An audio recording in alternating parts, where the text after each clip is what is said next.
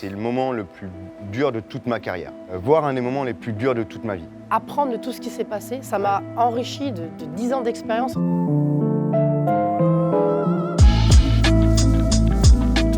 Salut Fred. Salut Beryl. Tu pourrais me faire un petit rappel de ton parcours, comment tu t'es retrouvé dans l'eau? Parents nageurs, comme tu le sais. Évidemment. Famille de nageurs. Ouais. Première équipe de France. Tu avais donc 14 ans, ouais. Ouais, 14 ans. Et depuis, j'ai réussi à aller chercher des médailles internationales et jusqu'aux dernières, là, au championnat du monde petit bassin. Comment tu as commencé dans ce sport? Alors, j'étais dans le foot. Comme tous les gosses à cet âge-là.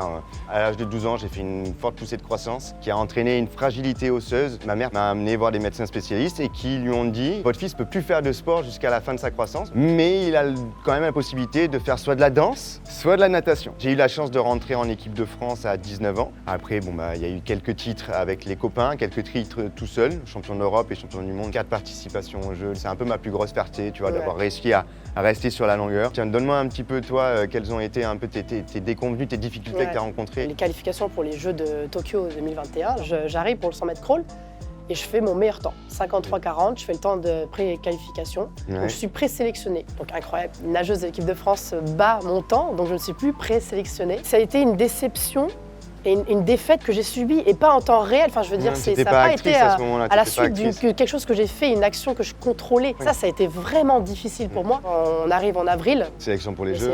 J'étais au couloir numéro 3. J'ai touché 3e. Et comme tu le sais, il n'y a que les 2 premiers qui partent en individuel. Le mental a ses limites. Je me suis pris vraiment un coup sur la tête. Ça a été très très dur. Et ce qui s'est passé, c'est que j'ai gardé un petit souvenir. On nous donne toujours un ticket pour savoir notre ligne. Couloir numéro 3. Et en fait, j'ai gardé ça pour me souvenir de tout ce qui s'est passé en fait, et qui a mené à cette défaite. Je me suis assise et j'ai réfléchi aussi à tout ce qui s'était passé et qu'est-ce que j'avais engrangé en fait. Quand ça se passe bien, tu remets rien en question en fait. C'est ça qui est important dans la défaite. Ce qui est important à faire dans la vie, c'est prendre les choses comme elles le sont. Comment je peux m'en servir justement pour amener à quelque chose de positif, de se relever et puis de continuer à aller nager dur, de se donner à 100% tous les jours, d'aller dans la douleur physique et psychique aussi. Il y a eu beaucoup de rebondissements les 2 dernières années. Pour finir là avec des médailles internationales. Aujourd'hui, beaucoup plus dans la stabilité. Je me sens beaucoup plus forte et rien n'arrive par hasard. Et ça, ça a été vraiment une leçon de vie pour moi. Je suis contente que ça me soit arrivé pour être la personne que je suis. Tu as connu quelques défaites et je pense qu'au vu de tes titres et tout ce que tu as accompli, tu as bien rebondi et tu t'en es servi. Donc, si tu peux me donner quelques exemples. 2012, on est aux sélections pour les Jeux. L'année d'avant, je suis champion d'Europe, donc je suis en plein boom. Ceux-là, ils sont pour moi. Je vais faire ma breloque individuelle, j'y vais. C'est mon moment. Je fais une course dégueulasse, vraiment, c'est le cas de le dire, où je me loupe. J'ai quand même derrière moi quasiment à ce moment-là 15 ans de natation, 12 ans de haut niveau, donc je sais maîtriser ce genre d'événement, ce genre de pression, et pour autant, je m'effondre. C'est le moment le plus dur de toute ma carrière, voire un des moments les plus durs de toute ma vie. Parce que tout s'effondre autour de moi. Ça a été dur et puis après tu rebondis instantanément parce que tu le sais, on est sportif, donc du coup on marche au défi. C'est ça qui m'a permis de rebondir et 4 semaines plus tard je suis champion d'Europe du 50.